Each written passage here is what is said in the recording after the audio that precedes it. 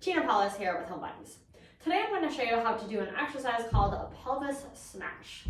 By doing this exercise, you're going to be able to help your pelvis be a little bit more flexible so that you're able to do more movements with your strength plan or your cardio that you'd like to do.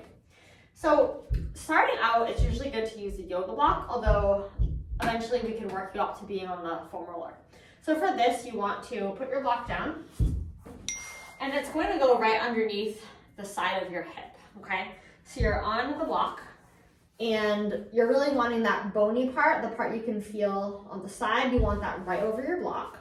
You can have your arm in front. I'm gonna keep mine down today just because my shoulder is a little bit injured right now, but you can have your arm straight out, and then you're going to rest your head on the floor.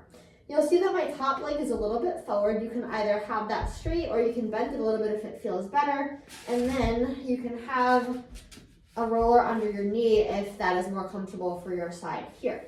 You're gonna have your top arm in front, and I want you to inhale.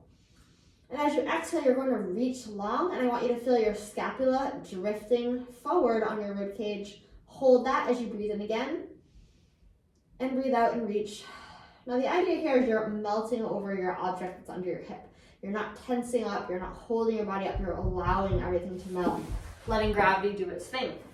Now if you find that you're not able to relax on these items because it's painful, you can try draping a towel over them and see if that helps. If it's still painful, then this probably isn't a great exercise for you right now.